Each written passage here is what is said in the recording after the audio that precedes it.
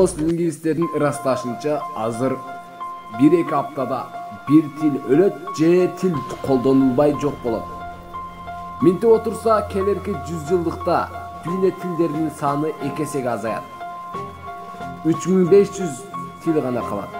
Илимпоздор тилдин колдонуу чөйрөсүнүн таарышын жана жок болуусунун ал тилди алып жүрүүчүлөрдүн санына, ошондой эле коомдук турмуштагы маанисинин төмөндөшүнө, натыйжада өкмөттүк колдоонун жетерлик болбой калышы менен байланыштырат. Дүйнөнүн 7 миллиард калкы азыр ар башка 7000 тилде сүйлөшөт.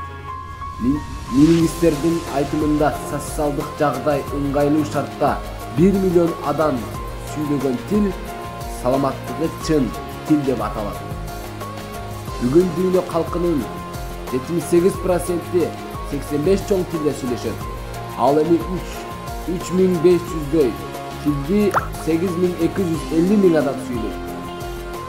Демек биздин билишибизче 100 жылдан кийин кыргыз тилинин абалы кандай болот? Келечеги кандай болот? Азыркы учурда биздин Кыргызстанда кайсы тил көбүрөөк басымдуулук жасайт? Албетте орус тили.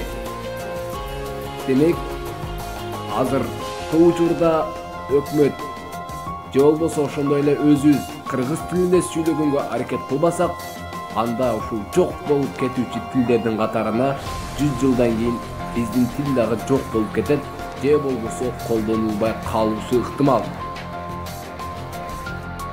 Чырмалышкан, иштин дагы чатышы бар, чындыктын да чыгышы батышы бар. Чытырмандын кудайы пил эле эмес, чымындын да жашоого акысы бар. Сайдын дагы башталган башаты бар, саяпкердин сактаган такасы бар. Өрөндөгү кенедей өзөндөрдүн өз тилинде чырдаган бакасы бар. Кыргызмын дейсиң мага, кыйшактап бийлеп туруп, кыргызмын дейсиң мага, кыргызча алаң сүйлөп туруп. Кыргыз эмес кыргыздарды жыраткандар, кылын кезген тарыхын унуткандар. Кыргыз эмес кыйшалаңдап калпак кийип, кадыр баркын калкынан куураткандар. Тил жоголбойт, жоголсо жоголот тил, улууң дагы кызың дагы жоголот тил. Тил жоголбойт, жоголсо айланасың, колубузсуз манжаларга тоголок бир.